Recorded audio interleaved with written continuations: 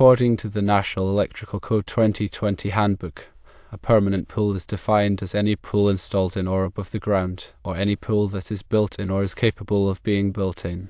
Based on this definition, a baptismal installed inside a church would likely meet the definition of a permanent pool, since it is installed in a building. Therefore, it would be subject to the requirements of Article 680 of the National Electrical Code. Article 680 outlines specific requirements for the electrical installation of permanent pools, including bonding, grounding, electrical clearances, receptacle and switch locations, and lighting requirements. Bonding, as mentioned in Article 680, involves connecting all metallic parts of the pool structure, including the reinforcing steel, the metal fittings, and the metal equipment, to form an electrically conductive path. This path is then connected to the grounding system. The purpose of bonding is to minimize voltage gradients in the pool area, reducing the risk of electric shock. Grounding involves connecting the electrical equipment associated with the pool, such as pumps, heaters, and lighting fixtures, to the grounding system. This provides a path for fault current to flow back to the source, tripping a circuit breaker or ground fault circuit interrupter, which is often referred to as a ground fault circuit interrupt, and energizing the circuit. Electrical clearances are minimum distances that must be maintained between electrical equipment and the pool water. These clearances are specified in Article 680 and vary depending on the voltage of the equipment and the type of enclosure. The clearances are intended to prevent accidental contact with energized parts. Receptacle and switch locations are also regulated by Article 680.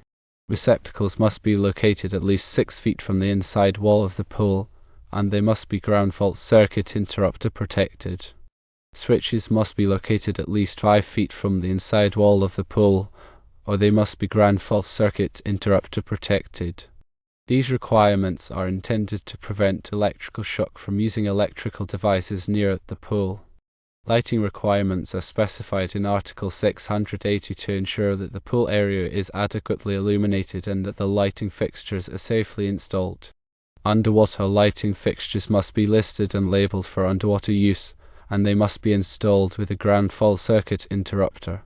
Above ground lighting fixtures must be located at least 12 feet above the maximum water level, or they must be ground fault circuit interrupter protected.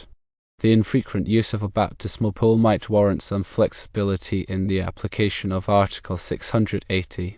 It's important to adhere to safety regulations, but it's also necessary to balance safety with functionality. To ensure code compliance and address any specific concerns, consult with the local authority having jurisdiction, which is often called the AHA, for their interpretation of the code requirements. Consider the specific usage patterns of the baptismal pool and propose modifications to the installation that meet the intent of Article 680 but also allow for practical use. Document the reasoning behind any deviations from the strict interpretation of Article 680 and provide it to the authority having jurisdiction for review and approval. In summary, firstly, carefully review the definition of a permanent pool in the National Electrical Code 2020 Handbook. Secondly, understand that baptismal pools inside churches generally fall under this definition.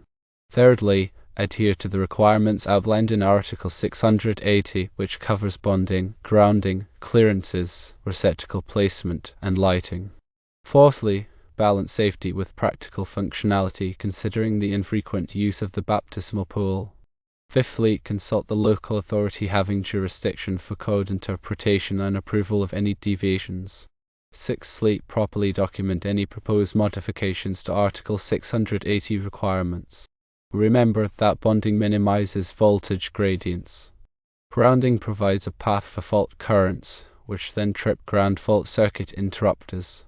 Maintaining adequate electrical clearances prevents accidental contact with electrical parts.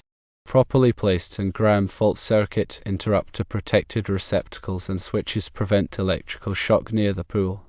Ensure safe and adequate lighting with listed underwater fixtures and properly elevated or ground fault circuit interrupter protected above ground fixtures. Consulting the authority having jurisdiction helps ensure code compliance and address unique installation challenges. Documentation supports any deviations from strict code interpretation. Regarding specific sections within Article 680, it is helpful to consider the requirements around equipotential bonding. Section 680.26 details requirements to ensure that all metal parts and conductive elements within a specified distance of the pole are bonded together to create a common electrical potential. This helps to minimize the risk of shock hazards due to voltage differences. The bonding requirements extend to metal parts of the pole structure, metal conduit, metal piping, and any metal parts within a certain proximity, typically 3 feet horizontally from the inside walls of the pool and 8 feet vertically above the maximum water level. Ground fault circuit interrupter protection is another critical aspect. Sections 680.22 and 680.23 outline requirements for ground fault circuit interrupter protection for receptacles, lighting, and other electrical equipment in the vicinity of the pool. Receptacles within a certain distance of the pool, typically 20 feet, must have ground fault circuit interrupter protection. Lighting fixtures operating at 15 volts or less are permitted closer to the pool, while higher voltage lighting requires specific clearances and ground fault circuit interrupter protection. For underground wiring, Section 680.10 outlines the requirements for wiring methods. Wiring must be installed in rigid metal conduit, intermediate metal conduit, rigid polyvinyl chloride conduit, or cable approved for the location. The wiring must be buried at a minimum depth of 6 inches if it is a ground fault circuit interrupter protected circuit, or 18 inches if it is not ground fault circuit interrupter protected. These burial depths help protect the wiring from physical damage. Clearances around the pool are specified in Section 680.21. There are required clearances for overhead conductors and underground wiring to prevent accidental contact with electrical sources. Overhead conductors must have a minimum clearance of 22.5 feet above the maximum water level. Underground wiring must be buried at a sufficient depth to prevent damage from digging or other activities. When dealing with modifications or deviations from the standard requirements, it is crucial to thoroughly document the reasoning behind these changes. This documentation should include a detailed description of the proposed modification, the rationale for why it is necessary, and an assessment of how the modification will maintain or improve safety. The documentation should be submitted to the authority having jurisdiction for review and approval. The authority having jurisdiction will consider the proposed modification and determine whether it meets the intent of the code. The authority having jurisdiction may require additional information or testing to support the modification. Once the modification is approved, it should be carefully implemented and inspected to ensure that it meets the specified requirements. Some baptismal pools may have unique features or circumstances that require special consideration. For example, if the pool is portable or temporary, it may not be subject to all of the requirements for permanent pools. In these cases, it is essential to consult with the authority having jurisdiction to determine the applicable requirements. Another factor to consider is the use of the pool. If the pool is used infrequently or for special purposes, it may be possible to obtain a variance from some of the standard requirements. However, it is important to demonstrate that the variance will not compromise safety. When addressing the installation of electrical components near a baptismal pool, several factors come into play.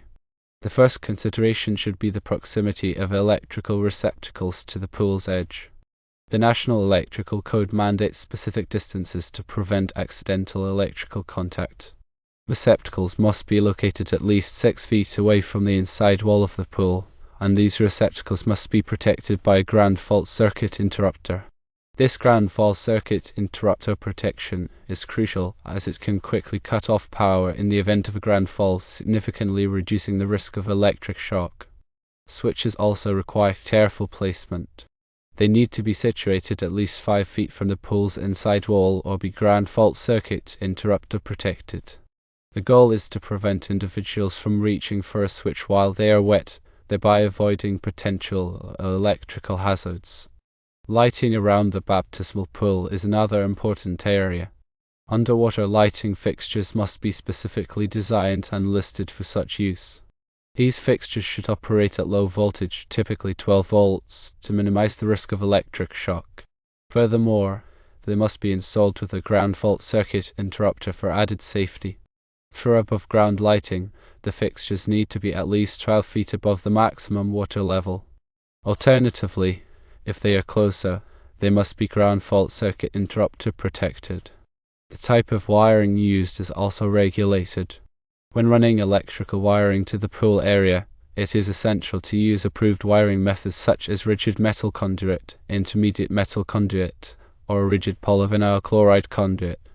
These conduits provide physical protection for the wiring and help to prevent damage from moisture and other environmental factors. The wiring must be buried at a minimum depth, as specified by the National Electrical Code, to protect it from physical damage. Bonding is a critical aspect of electrical safety around baptismal pools. Bonding involves connecting all metallic parts of the pool structure, including the reinforcing steel, metal fittings, and metal equipment, to create an electrically conductive path. This path is then connected to the grounding system. The purpose of bonding is to minimize voltage gradients in the pool area, thereby reducing the risk of electric shock. The equipotential bonding grid should extend at least 3 feet horizontally from the inside walls of the pool and 8 feet vertically above the maximum water level. This grid helps to ensure that all conductive surfaces in the pool area are at the same electrical potential, reducing the risk of shock. The grounding system is another vital component. All electrical equipment associated with the pool, such as pumps, heaters, and lighting fixtures, must be properly grounded. Grounding provides a path for fault current to flow back to the source, causing a circuit breaker or ground fault circuit interrupter to trip, thereby de-energizing the circuit. This helps to prevent electrical shock in the event of a ground fault. When making modifications to the standard requirements of the National Electrical Code, it is essential to thoroughly document the reasoning behind these changes. This documentation should include a detailed description of the proposed modification, the rationale for why it is necessary, and an assessment of how the modification will maintain or improve safety. The documentation should be submitted to the authority having jurisdiction for review and approval. The authority having jurisdiction will carefully consider the proposed modification and determine whether it meets the intent of the code. The authority having jurisdiction may require additional information or testing to support the modification. Once the modification is approved, it should be carefully implemented and inspected to ensure that it meets the specified requirements. In summary, electrical safety around baptismal pools requires careful attention to detail. Proper placement of receptacles and switches, ground fault circuit interrupter protection, appropriate lighting, approved wiring methods, bonding, and grounding are all essential to prevent electrical shock. Consulting with the authority having jurisdiction and documenting any modifications to the standard requirements are crucial steps in ensuring a safe installation. Finally, remember that the National Electrical Code is updated regularly, so it is essential to stay up to date on the latest requirements. The use of qualified electrical contractors and inspectors is critical to ensuring a safe and compliant installation. This is all to prevent any possible shock, electrical shortage, and any other safety-related issue to people involved, and can also protect the building the baptismal pool is in as well. Considering the specific usage patterns of the baptismal pool and proposing modifications to the installation that meet the intent of Article 680, but also allow for practical use, is an important approach. In the context of a church, the pool may be used infrequently, perhaps only during specific ceremonies. The typical depth of water in such a pool is another factor, as it might be less than that of a standard swimming pool. Taking such factors into account could lead to a more tailored application of the code requirements while still ensuring safety. Some potential modifications could involve the placement of receptacles and switches, ensuring that they are located far enough away from the pool to prevent accidental contact. Another modification could be related to the type of lighting you use, with the possibility of using low-voltage lighting systems that are inherently safer. The decision to deviate from a strict interpretation of Article 680 should be made in consultation with the authority having jurisdiction.